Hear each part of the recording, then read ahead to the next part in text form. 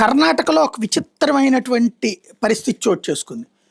ఆహ్, అక్కడ ఉన్నటువంటి ముస్లిం సామాజిక వర్గం ఇప్పుడు దేశవ్యాప్తంగానే కాదు, ప్రపంచవ్యాప్తంగా కూడా ఐ లవ్ మొహమ్మద్ అనేటటువంటి ఒక క్యాంపెయిన్ తీసుకున్నారు. తప్పు లేదు. ముస్లింలకు సంబంధించినటువంటి వాహనాల మీద స్టిక్కర్లు అతికించడం, లేకపోతే వాళ్ళ ఇంటికి సంబంధించిన స్టిక్కర్లు అతికించుకోవడం, లేదా పోస్టర్లు మసీదుల దగ్గర పెట్టుకోవడంలో తప్పే లేదు. లేదా 4 రోడ్ల కూడల్లో పెట్టుకుంటున్నారంటే కూడా తప్పే లేదు. ఎవరి మతాచారాల ప్రకారం ఆళ్ళు చేసుకోవచ్చు. అది తమ మతానికి సంబంధించినటువంటి పాజిటివ్ పబ్లిసిటీ చేసుకోవడంలో తప్పేం లేదు. కానీ ఇక్కడ సమస్య ఏమొస్తుందంటే, హిందువుల ఇళ్ళకి స్టిక్కర్లు అతికించడానికి వెళ్ళారు.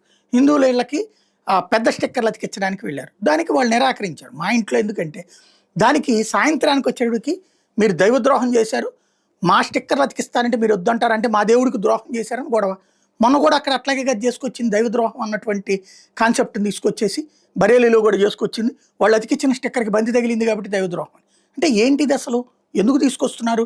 అకస్మాత్తు కర్ణాటకలో ఇలాంటి ఇళ్లలో ఏదైతే స్టిక్కర్లు వద్దన్నటువంటి ఇళ్ల మీద దాడులు జరిగింది. ఇళ్లలోకి దూరి మరీ దాడులు చేసుకొచ్చారు.